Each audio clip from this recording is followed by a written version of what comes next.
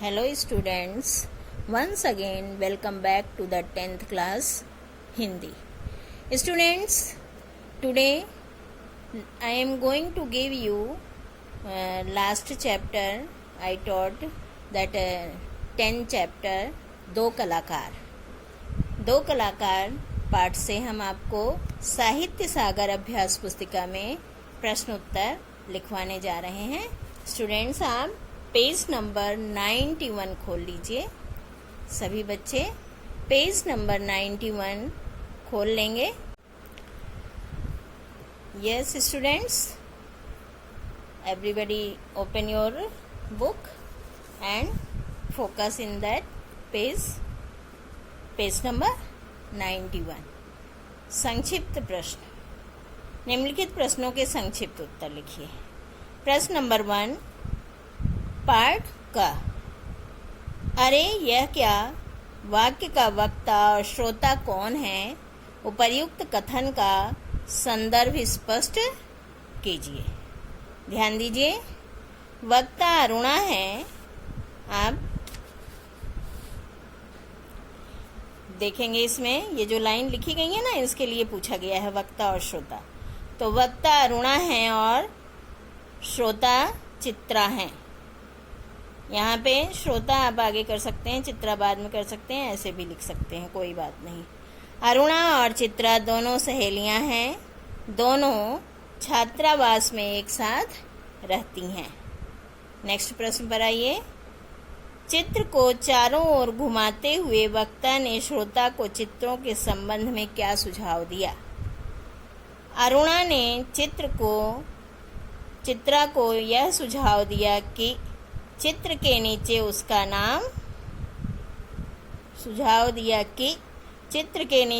नाम लिख दिया करो। क्यों?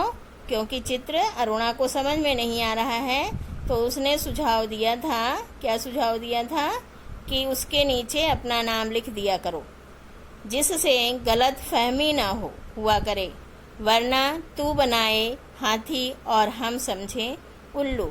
क्योंकि वो चित्र थोड़ा ऐसा था कि उसमें कन्फ्यूज़न था, इसलिए अरुणा ने चित्रा से ये बात कही। अब आप नेक्स्ट पेज पे आ जाएंगे। देखिए, ग पाठ, खिचड़ी पकाकर और घनचक्कर शब्द का आशय स्पष्ट करते हुए बताइए कि इनका प्रयोग किस संदर्भ में किया गया है और क्यों। इसमें खिचड़ी पकाकर का मतलब है सब एक साथ मिलाना, और घनचक्कर का आशय है कि कुछ भी समझ में ना आना, अर्थात पूरी तरह से कंफ्यूज होना। इनका प्रयोग चित्रा द्वारा बनाए गए चित्र के संदर्भ में किया गया है। ये यहाँ पे बच्चों रह गया है, इसलिए एरो लगा के देखिए, यहाँ पे लिख गया है संदर्भ में किया गया है, ये यहाँ आ जाना चाहिए, ठीक है। क्योंकि इस चित्र में किसी बड़े शहर की भीड़ भाड़ दिखाया गया था, जिसमें सारे चित्र एक दूसरे में मिल रहे थे, इसलिए अरुणा के समझ में नहीं आया, ठीक है। जैसे आजकल बहुत क्राउड हो रहा है बड़े बड़े शहरों में, तो ऐसी ही चित्रा ने अपने चित्र में वही दिखाने की कोशिश की थी, इसलिए सब चीज़ एक के ऊपर एक चढ़े हुए ऐसे प्रतीत हो रहे थे, जो अरुणा की समझ में नहीं आ रहा था कि ये चित्र बनाया किस चीज़ का है। आप घ पाठ पे आ जाइए। श्रोता ने अपने चित्र को किसका प्रतीक बताया, वक्ता ने उसकी खिल्ली किस प्रकार उड़ाई। श्रोता चित्रा ने अपने चित्र को दुनिया के कन्फ्यूज़न का प्रतीक बताया। वक्ता अरुणा ने उसके दिमाग के कन्फ्यूज़न का प्रतीक बताकर उसका मजाक उड़ाया। कहने का मतलब ये है कि दोनों फ्रेंड थी, आपस में इस तरह से एक दूसरे के से मस्ती किया करती थी, हंसी मजाक किया करती थी। अब आप सेकंड प्रश्न पे आ जाएंगे। पर सच कहती हूँ, मुझे तो सारी कला, ये जो आपका लाइन दिया जाता है, पंक्ति जाती, वो है का पार्ट इसका है। वक्ता को किसकी कला निरर्थक लगती थी और क्यों। वक्ता अरुणा को चित्रा की कला निरर्थक लगती थी क्योंकि अरुणा सहानुभूत हृदय वाली निर्धन समाज सेविका थी। अर्थात दूसरों की सेवा करना, उनको खुशी देना आदि अरुणा को संतुष्टि प्रदान करती थी। जबकि यहाँ पे छोटी की मात्रा आएगा, जबकि चित्रा के चित्र में ऐसा कुछ भी नहीं था। अरुणा जो थी वो उदार हृदय वाली थी, दयालु हृदय वाली थी। उसे समाज सेवा करना और दूसरों के प्रति सहानुभूति करना उसे ज़्यादा पसंद था, बजाय अपने विषय में सोचने के। और जो चीज़ उसको चित्रा के चित्र में कहीं भी दिखाई नहीं देता था। अब आप नेक्स्ट पेज पर आ जाएंगे।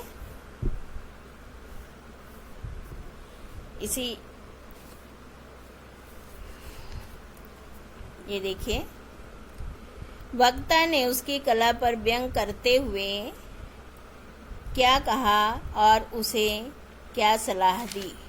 ध्यान दीजिए, वक्ता ने उसकी कला पर व्यंग करते हुए कहा, ये तो आप प्रश्न में से ले लेंगे, कि कागज पर इन बेजान चित्रों को बनाने की बजाय 2-4 की जिंदगी क्यों नहीं बना देती। तेरे पास सामर्थ्य है, साधन है। वक्ता अरुणा थी, उसका मतलब ये था कि चित्रा पैसे वाली है, अमीर है और हर तरह की उसके पास सुविधा है किसी की ज़िंदगी संवारने की, तो वो क्यों नहीं 2-4 की ज़िंदगी बना देती है, इसमें जो पैसे फालतू वेस्ट कर रही है। अब आप ग पार्ट पे आ जाएंगे। वक्ता की बात पर श्रोता ने क्या प्रतिक्रिया व्यक्त की और क्यों। देखिए, वक्ता की बात सुनकर, मतलब अरुणा की बात भी आप लिख सकते हैं, वक्ता की बात सुनकर श्रोता चित्रा ने उत्तर दिया कि यह काम मैंने तेरे और मनोज के लिए छोड़ दिया है, क्योंकि अरुणा का स्वभाव बड़ा उदारपूर्ण और परोपकारी था। वह हर समय समाज सेवा में, गरीब बच्चों को पढ़ाने में, महिलाओं को कुछ सिखाकर कमाने लायक बनाने में लगी रहती थी। ठीक है बच्चों, अब आप नेक्स्ट पे आ जाएंगे, घ पार्ट पे। आपके अनुसार सच्ची कला की क्या पहचान है। सच्ची कला क्वेश्चन में से लेंगे, न केवल कागज पर उकेरे गए निर्जीव, यहाँ आएगा, निर्जीव चित्रों को कहते हैं, बल्कि जीवन की कला जो सच्चाइयों, दुखों, सुखों के रंग से बखूबी जीवन बिताते हैं, वह भी अद्भुत कला कहलाती है। अर्थात जिस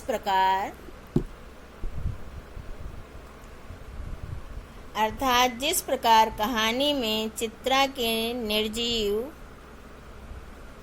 चित्र महत्वपूर्ण है, उससे कहीं ज़्यादा महत्वपूर्ण, यहाँ पे बच्चों कहीं आएगा, कहीं ज़्यादा महत्वपूर्ण अरुणा की समाज सेवा, त्याग,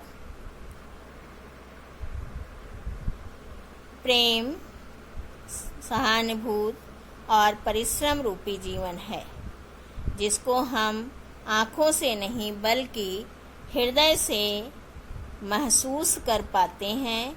और इस कला को निभाने वाला, ऊपर इसकी लाइन, एक लाइन जो रह गई है वो देखिए यहाँ पे आ गई है, निभाने वाला तो आप यहाँ से देखेंगे, और अद्भुत आत्मसंतोष का अनुभव करता है, ये जोड़ देना है आपको। ठीक है, यहाँ स्पेस नहीं था इसलिए यहाँ पर लिखा गया है। अब आप प्रश्न नंबर 3 पे आ जाएंगे बच्चों। क्वेश्चन नंबर 3 देखिए,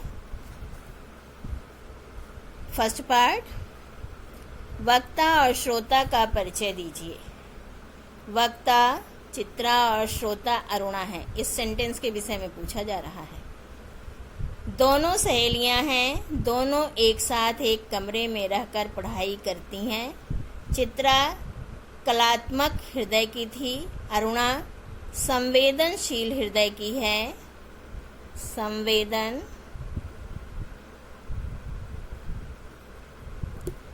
हृदय की थी, अतः वह गरीब बच्चों को पढ़ाने और समाज सेवा में लगी रहती थी। और चित्रा हमेशा चित्र बनाने में व्यस्त रहती थी। उसके चित्र बनाना उसकी हॉबी है, वह चित्र बनाने में हमेशा व्यस्त रहती थी। अब आप आइए ख पार्ट पर। वह काम से वक्ता का संकेत किशोर है। वक्ता और श्रोता में अपने अपने कामों को लेकर किस प्रकार नोकझोंक चलती रहती थी। अरुणा द्वारा किए जाने वाले समाज सेवा से है। इसमें आप प्रश्न का ले लेंगे, वह से लेकर संकेत तक, ठीक है। वह काम से वक्ता का संकेत अरुणा द्वारा किए जाने वाले समाज सेवा से है। अरुणा उससे कहती है, कागज पर इन मृत चित्रों बनाने से अच्छा है, मृत चित्रों को बनाने से अच्छा है कि 2-4 की जिंदगी बना दे। तेरे पास धन है, सामर्थ्य है।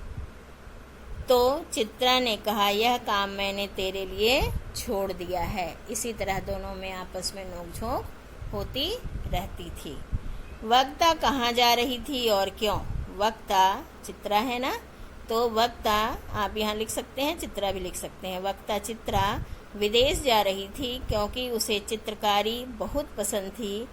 वह चित्रकारी में अपना नाम और पहचान बनाना चाहती थी, अर्थात इस क्षेत्र में वह प्रसिद्धि पाना चाहती थी। अब आप नेक्स्ट पार्ट पर आ जाएंगे। सेकंड पेज पे देखिए, ये घ पार्ट है। ध्यान दीजिए बच्चों। वक्ता और श्रोता के जीवन उद्देश्यों में अंतर होते हुए भी उनमें घनिष्ठ मित्रता थी। स्पष्ट कीजिए। ध्यान दीजिए। दोनों एक दूसरे के खाने पीने के लिए चिंतित रहती थीं तथा एक दूसरे के समय पे न आने पर भी परेशान हो जाती थीं। दोनों में नोकझोंक तो होती रहती है आपस में बच्चों में, लेकिन बहुत प्यार था। दोनों एक दूसरे के बिना नहीं रहती थी, हर चीज़ में एक दूसरे का ध्यान रखती थी। यहाँ पर ये बताया गया है। अब आप आ जाइए प्रश्न नंबर 4 के। देखिए का पार्ट पर, कहा तो तेरे मेरे, कहा तो मेरे वाक्य का संदर्भ स्पष्ट कीजिए। यहाँ ये 2 वाक्य दिए हैं ना, इसी के विषय में। प्रस्तुत वाक्य चित्रा द्वारा यह पूछे जाने पर कि सच बता, यह दोनों बच्चे किसके हैं? अरुणा कहती है, मेरे ही हैं, परंतु चित्रा को फिर भी विश्वास नहीं हुआ।